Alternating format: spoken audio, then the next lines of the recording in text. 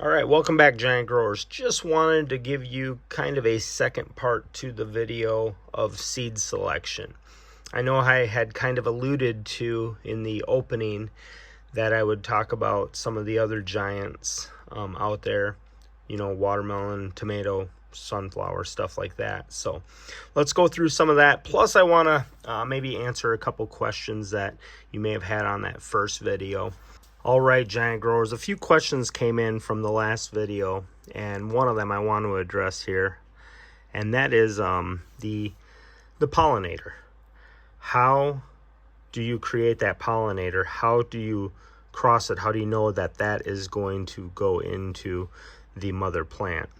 And I will put up a pollination video. I'll insert one here real quick just to show you, but it's a closed pollination. So we have a plant, like for instance, this one, it was an 1109 Jutras female crossed with a 1935 Jutras, and we used the male flower for that.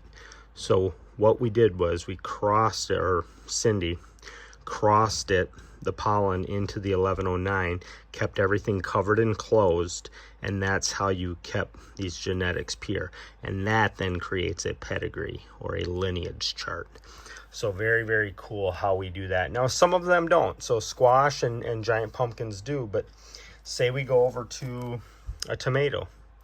Tomato, you're always going to see, or not always, but most of the time you're going to see a times open. Open means that the bees can do it, the wind, I mean, it's random. A lot of times these ones will, and let's see, sunflowers. Sunflowers, you will always see a times open because they are very, very difficult to pollinate. So most of the time we just allow Mother Nature to do it. Which makes the lineages a little tougher, but we still have them, and I'll show you that in a second here. All right, but back to this. We're going to start with giant squash here. All this is showing you, remember, with the pumpkin genetics and seed selecting, we look for a pumpkin, or in this case, a squash. Only difference between a green squash and a pumpkin is the color. Otherwise, they're both C maxima. They're both Atlantic giants. They even both, it looks like a pumpkin, just a green one. But what we do here is, this just shows you, this is an 1109 Jutras. This has grown more 2,000 pound squash, giant green squash, than any other seed in the world, which means this is proven. This is a proven seed. Beautiful proven seed. And this is what it grew. You can see the 1109 Jutras grew a big, beautiful green squash by Cindy Toback. Remember, just to reiterate the numbers, 2,030 pounds grown by Cindy Toback. And then sometimes I'll put extra stuff on there. So winner at the festival she went to, the name that she gave the squash, and then 18% heavy. So that's how you read the tag. So just showing you, that's a green squash. Let's go over to another type of squash, a squash that I definitely like. Butternut squash. Started these back in 2020, was the first one that I created it at 55.5 pounds, and they have gone through the roof since then. So really, really cool. This, I would call this one the hot seed right now, and the reason why is because the 103 Jarsh grew the 131.4 Loris, which is the new world record. Absolutely incredible. Getting it up over 100 was amazing. Now moving it up to 131, absolutely incredible. So just showing you here, proven, not proven, but has some incredible genetics in it. So really, really excited to see what this one will do. Let's go over one more squash. One more squash we'll show you. This squash here, a Napoli squash. This one, same family, the Machada family. But so same as Butternut as far as family goes. This one is a 171, grown by Tim Hebb. and it grew the 204, which is the new world record. So absolutely incredible. Old world record, new world record. See how we use that same lineage to keep moving the fruits bigger and bigger, because that is how seed selection and genetics work. You continue using the best of the best of the best, and it keeps getting them bigger. Now, well, let's go over to real quick sunflower. You know, this is the big one. Last year or 2 years ago now, new U.S. record, and it came from the Mech. So Eli Mech grew some sunflower seeds, gave them to Alex Babich, and he ended up growing the new U.S. record. And actually last year, I think he put about another foot onto that official U.S. record. So going back-to-back years. Why? Because the seed selection, he's using great genetics, excellent lineage. That is the key, absolute key. That's the trend you're going to find when we're talking about these. All right, let's go over to gourds. Just gourds real quick. Let's see what we got for gourds. This one here is the old U.S. record, and again, how you read a gourd package, 131 Tobec. Now that does not mean 131 pounds. Because long gourds are measured for length, this will be 131 inches growing by Cindy Tobec. And then it's just showing you parents right there and then the year. But very good genetics in this one. As you can see, the 154 grew off the 131 Tobec. And then Jason crossed it with one of his own, a 137. So again, just really incredible. In fact, let's go to the record, the world record longboard. This one's kind of cool. 173.75 inches, grown by Al Eaton in Canada, and he used the 121. So the 121, this is now what we can look at here is this was grown off the 155.67 Lasik, and that was the former world record. So former world record grew a world record. Even though this was only 121 inches, it has the potency and the power in it to then create a new world record. The 121 created the 173.75. Just absolutely amazing. And that is one of the biggest keys to seed selection, is you're going to, if you use the genetic, the lineage, the pedigree, you're going to know which seeds to plant to help you always attain the biggest and the best. And it's not always based on number. You know, a lot of people wouldn't grow 121 because it's only 121 inches long. Still an impressive fruit, but you know, everybody wants to jump to the big numbers. This shows you right here that it is very possible. Now going back to the Tobec, which grew the U.S. record. Now, what do these two have in common? Both decent-sized fruits, but not gigantic. But both have the former world record in them. Genetics, genetics, genetics. Seed selection, seed selection, seed selection. Very, very important. Very cool, I think, too. And the new U.S. record, just to show you, has the 121 in it. So all right, really, we really will cool. go to tomatoes next, and Jack LaRue knows how to do it. He grows seeds from his own lineage a lot of times. Not always, but a lot of times.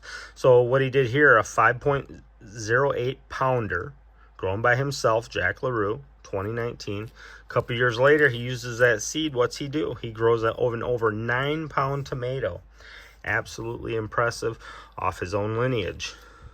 Again, excellent seed selection. Very proven seed. We go over here to this one, and this is now a very proven seed. 7.94 pound. And he grew that, or took that seed, and he grew one of the largest tomatoes ever in history. In fact, only two other growers have grown a tomato bigger than this one. And this is a almost a 10.5 pound tomato, which is absolutely incredible. And remember, again, seed selection, lineage. Used a very good proven seed, well, it's proven now, to grow a very big tomato. In fact, here's probably one that I kind of like. A few years back here, I took some seeds from a buddy of mine in Wisconsin, Rick Jolivet, and he had grown a 5.32 pounder. I took that seed and I grew an over 9 pound tomato. Pretty cool. Took the seed, and I knew that seed had come off of the former world record. So, former world record, Rick created that one. And then I took that one, created the 9 pounder, and then Julie and Del Foss over in Wisconsin, they took the 9 pounder and they created the official new world record at over 11.5 pounds. So again, the lineage, seed selection, very, very important. Really, really cool. And then last one I'll probably do, well, here, I'll show you a watermelon, quick one. Nick McCaslin, out of Kentucky. He grows nice melons every single year. His 301 from a 305, which is a hot seed, 301, and then he took that 301 and produced a 309 pound watermelon. Absolutely incredible. Again, seed selection is important, and lineage and genetics, very important. Last one we'll do here is field pumpkins. Let's start with Mike Paul out of Wisconsin, 128 pound Paul. 2020 was the year he grew it. Came off the old world record. So are you guys seeing the theme here?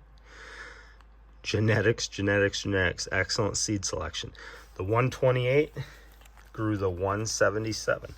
So 177 pounder, grown in 2021. And then that 171 pounder, he took that and he grew another 173 pound pumpkin. So very, very proven genetics, excellent lineage. Let's go back to that. What were we looking at? Let's see. This one came off of the world record. Well, here's that former world record right there. And that world record produced that. Now, this size maybe isn't very big, but it has the potency in it. And if we look back, the 181 produced the 211. Well, there's the 181. So as you see, we can go back, and I'm showing you in actual seed form, but we can go back and look at that lineage, the excellent genetics all the way through. So then how about this one? So the 163, Mark Baggs over in the UK took that 163, created a 168.7. And then from this one, he created the new world record, which is 268 pounds. Absolutely amazing. And it came because following good seed selection and lineage. Absolutely incredible. And so that kind of gives you an overview with all the different giants that we do out there, how we look at seeds, how we select seeds. And then one other question I had, I'll throw it up here. How is there a site where we can look at the different genetics? And there is. There's a site out there called Pumpkin Fanatics that we use, and it has not just pumpkins, but squash, watermelon, tomato, butternut squash, gourds, marrow, you name it. All the big genetics are on, or the GPC 8 fruit, along with cantaloupe and butternut squash, which are not GPC approved. And GPC, for those of you now wondering, is the Great Pumpkin Commonwealth, which is a governing body over roughly 120 weigh-off competitions that happen every year across the entire globe, the entire world, which is pretty cool. So this giant growing is definitely a hobby slash sport that is growing by leaps and bounds. So hopefully this video will help you in your seed selecting, and to know that there is a lot more out there than just pumpkins, that you can get some really good genetics and grow some nice stuff in the garden. So if you like the video, go ahead, hit like and subscribe, and we have a lot more videos coming out, including the seeds that I plan on planting here coming up shortly. So until then, thank you so much, and grow 'em big.